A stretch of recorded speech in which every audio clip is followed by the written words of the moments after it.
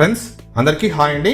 మనం ఈ వీడియోలో గ్రో యాప్ లో మ్యూచువల్ ఫండ్ డబ్బులు ఏ విధంగా రిడీమ్ చేయాలో ఆ ప్రాసెస్ గురించి తెలుసుకుందామండి. సో ఈ ప్రాసెస్ సంబంధించి మీకు కొన్ని డౌట్స్ అయితే రావచ్చు. ఫర్ ఎగ్జాంపుల్ గా మ్యూచువల్ ఫండ్ డబ్బులు మనం రెడీమ్ చేసేటప్పుడు ఏమైనా అమౌంట్ కట్ అవుతుందా, కట్ అవుతే ఎంత కట్ అవుతుంది, కట్ కాకుండా మనము ఏ విధంగా అమౌంట్ రెడీమ్ చేసుకోవాలి, మ్యూచువల్ ఫండ్ లో ఉన్న అమౌంట్ మనం ఒకేసారి రెడీమ్ చేసుకోవాలా, లేకపోతే గనక మనకు ఎంత ఇష్టం ఉంటే అంత అమౌంట్ మనం రెడీమ్ చేసుకోవచ్చా.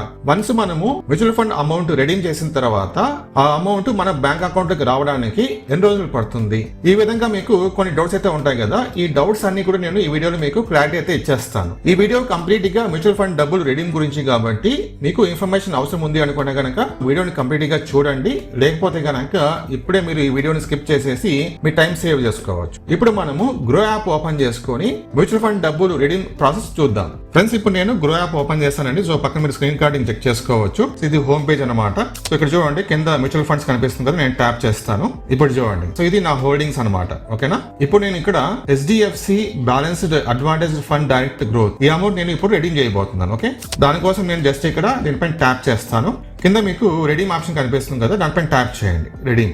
ఇప్పుడు చూడండి, సో పైన మీకు ఇక్కడ చూసుకోవచ్చు 51,557.7 ఇంత అమౌంట్ అవైలబుల్ లో ఉంది. ఆ అమౌంట్ నుంచి నాకు ఎంత అమౌంట్ అవసరం ఉందో అంత అమౌంట్ నేను విత్డ్రా పెట్టుకోవచ్చు. ఫర్ ఎగ్జాంపుల్ కి నేను 30,000 కావాలంటే 30,000 పెట్టుకోవచ్చు. సో నాకు ఎంత అవసరం ఉందో అంత అమౌంట్ నేను విత్డ్రా పెట్టుకోవచ్చు. సో ఇప్పుడు నాకు ఈ టోటల్ అమౌంట్ కావాలి కాబట్టి ఇక్కడ నేను రెడీమ్ ఆన్ ట్యాప్ చేస్తాను. ఆటోమేటిక్ గా పైన నాకు ఎంత అవైలబుల్ లో ఉందో అంత అమౌంట్ ఇక్కడ చూస్ అయిపోయింది. 51,557.7 రూపీస్ అనమాట. ఎప్పుడైతే మనము ఇక్కడ రెడీమ్ ఆన్ ట్యాప్ చేస్తామో అప్పుడు మనకి కింద ఎగ్జిట్ లోడ్ కనిపిస్తుంది. కొంతమందికి అనమాట, అందరికి కాదు, కొంతమంది.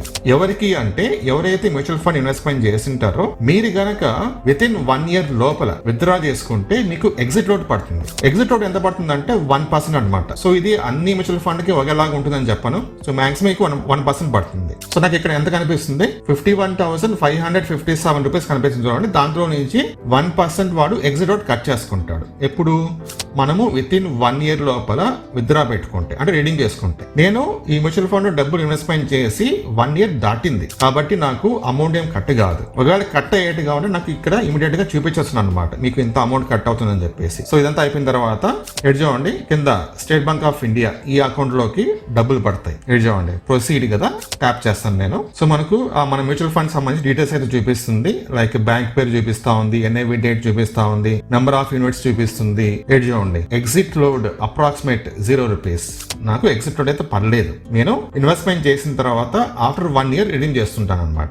ఓకేనా. నెక్స్ట్ ఇక్కడ కంటిన్యూ టు రెడీమ్. ఓకే, ఇప్పుడు నాకు OTP వస్తుంది. సో OTP ఆటోమేటిక్ గా ఇక్కడ వచ్చేసింది. తర్వాత కన్ఫర్మ్ అనమాట. చూడండి, రెడీమ్ ఆర్డర్ ప్లేస్డ్. సో నేను రెడీమ్ అయితే కొట్టేశాను. ఇక్కడ చూడండి కింద expected completion by 24th October, అంటే 24th October కల్లా నా బ్యాంక్ అకౌంట్ లోకి డబ్బులు అయితే వచ్చేస్తాయి. నేను ఇక్కడ డన్ క్లిక్ చేస్తాను. సో పైన మీరు ఇక్కడ ఆర్డర్ చెక్ చేసుకోవచ్చు కదా, HDFC బ్యాలెన్స్డ్ అడ్వాన్స్డ్ ఫండ్ అని చెప్పేసి ఇన్ ప్రోగ్రెస్ అని చూపిస్తుంది. దీనిపైన ట్యాప్ చేస్తే ఇక్కడ చూడండి amount transfer by 24th October కల్లా అమౌంట్ అయితే వచ్చేస్తుంది. సో మీరు ఈ విధంగా మ్యూచువల్ ఫండ్ అమౌంట్ రెడీమ్ చేసుకోవచ్చు. సో మీరు మ్యూచువల్ ఫండ్ అమౌంట్ రెడీమ్ చేసుకునేటప్పుడు ఎగ్జిట్ లోడ్ కట్ కాకుండా ఉండాలనుకుంటే కనుక ఆఫ్టర్ 1 year మాత్రం రెడీమ్ చేసుకోండి, అప్పుడు అమౌంట్ కట్ కాదు. ఈ ప్రాసెస్ సంబంధించి మీకు ఇంకా ఏమైనా డౌట్స్ ఉంటే కామెంట్ చేయండి.